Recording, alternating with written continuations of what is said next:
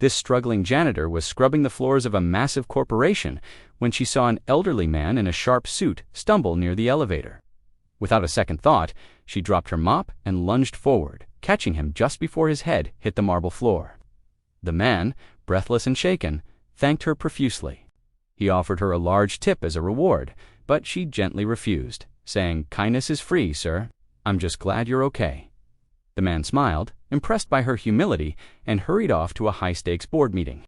As she went back to her work, she noticed a small, worn-out leather bracelet lying on the floor where he had fallen.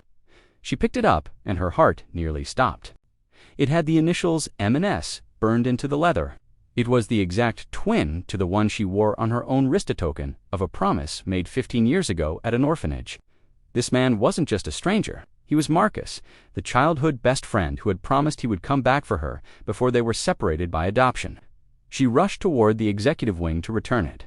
Just as she approached the office, she accidentally bumped into the head of operations, causing a few drops of cleaning solution to splash onto his expensive leather loafers. The manager turned red with rage. "You clumsy fool," he screamed, his voice echoing through the hall. "Do you have any idea how much these shoes cost? That's more than you make in a year." Sarah trembled, clutching the bracelet.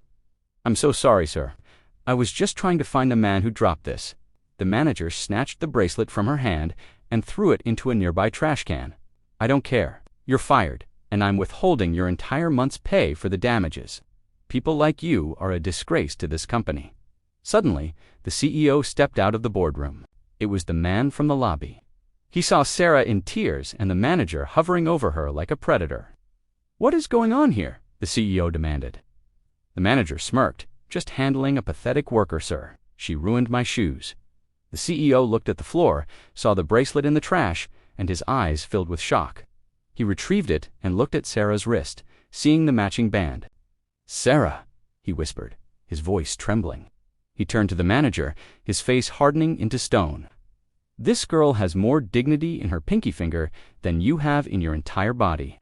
You're fired. I won't have a bully representing my name." He then turned to Sarah, a tear rolling down his cheek. "I never stopped looking for you." Friends, if you believe that a person's heart is worth more than their job title, like this video and share your thoughts about why we should always treat others with respect.